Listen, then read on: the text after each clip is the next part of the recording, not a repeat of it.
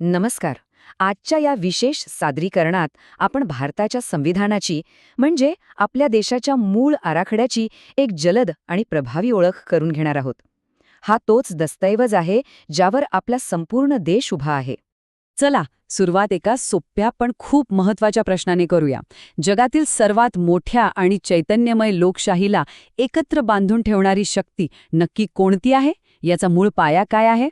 आणि ह्याचं उत्तर आहे भारताचं संविधान. हे फक्त कायद्यांचं पुस्तक नाहीये, तर हे आपल्या देशाची ध्येय, आपली मूल्य आणि आपल्या सगळ्यांच्या आकांक्षा ह्यांचं प्रतिबिंब आहे. आता हा विषय खूप मोठा आहे, बरोबर? तर तो सोपा करून समजून घेण्यासाठी आपण त्याला ह्या 5 महत्वाच्या भागांमध्ये पाहणार आहोत. तर पहिला भाग आहे संविधानाची ओळख. इथे आपण या महान ग्रंथाच्या निर्मितीबद्दल आणि त्याच्या विशालतेबद्दल काही मूलभूत गोष्टी जाणून घेऊया. एक इंटरेस्टिंग गोष्ट म्हणजे भारताचं संविधान हे जगातलं सर्वात मोठं लिखित संविधान आहे.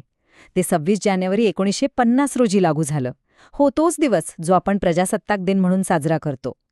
हे संविधान सभेने तयार केलं, ज्याचे अध्यक्ष होते डॉक्टर राजेंद्र प्रसाद. आणि सगळ्यात महत्त्वाची जी समिती होती म्हणजे मसुदा समिती, तिचे अध्यक्ष होते डॉक्टर बाबासाहेब आंबेडकर. आता आपण वळूया संविधानाच्या गाभ्याकडे, त्याच्या आत्म्याकडे. हो, प्रस्तावनेला संविधानाचा आत्मा म्हटलं जातं, कारण तीच आपल्याला या संपूर्ण दस्तऐवजाचा मूळ उद्देश काय आहे हे दाखवते. प्रस्तावना म्हणजे नेमकं काय? तर ही एक छोटीशी पण अतिशय प्रभावी ओळख आहे, जी संविधानाचे मार्गदर्शक हेतू, त्याची तत्त्व आणि त्यामागचं संपूर्ण तत्त्वज्ञान स्पष्ट करते. यातूनच आपल्याला कळतं की आपले संविधानकर्ते नक्की कोणत्या प्रकारचा देश घडवू इच्छित होते. प्रस्तावनेतले हे शब्द भारताचं स्वरूप ठरवतात. सार्वभौम म्हणजे भारत कोणत्याही बाहेरच्या शक्तीच्या नियंत्रणात नाही. समाजवादी, धर्मनिरपेक्ष, लोकशाही आणि गणराज्य हे शब्द आपल्या सामाजिक आणि राजकीय रचनेचा पाया आहेत. आणि न्याय, स्वातंत्र्य, समता व बंधुता ही तर ती मूल्ये आहेत जी प्रत्येक नागरिकाला देण्याचं वचन आपलं संविधान देतं. चला आता पुढे जाऊया आणि पाहूया की या सगळ्यांचा प्रत्येक नागरिकासाठी काय अर्थ आहे. इथे आपण बोलणार आहोत नागरिकांचे हक्क आणि त्यांच्या जबाबदाऱ्यांबद्दल. हा तक्ता खूप महत्वाचा आहे. तो नागरिकांच्या हक्क आणि कर्तव्यांशी संबंधित 3 मुख्य घटकांची स्पष्ट तुलना करतो.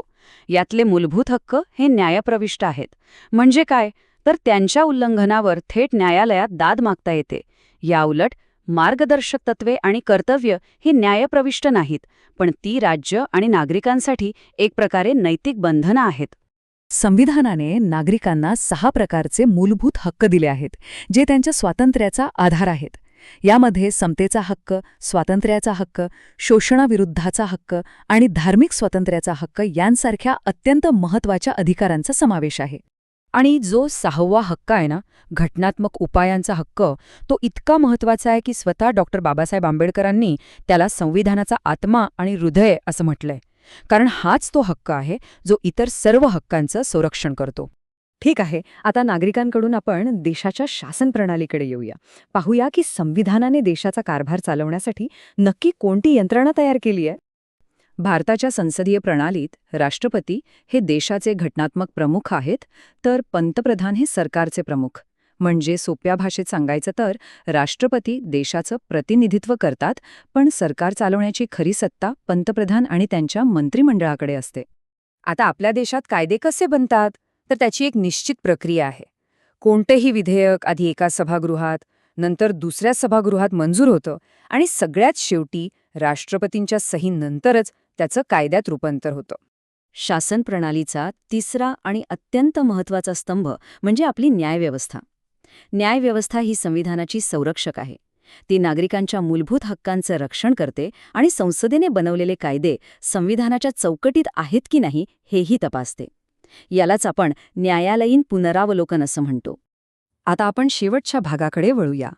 आपलं संविधान हे एक जिवंत दस्तऐवज आहे, जे वेळेनुसार बदलू शकतं. आणि हो, देशावर एखादं संकट आलं तर त्यासाठीही यात काही विशेष तरतुदी केलेल्या आहेत. ही टाईमलाईन आपल्याला संविधानाचा प्रवास दाखवते. 42व्या घटनादुरुस्तीला तर मिनी संविधान असंही म्हटलं जातं.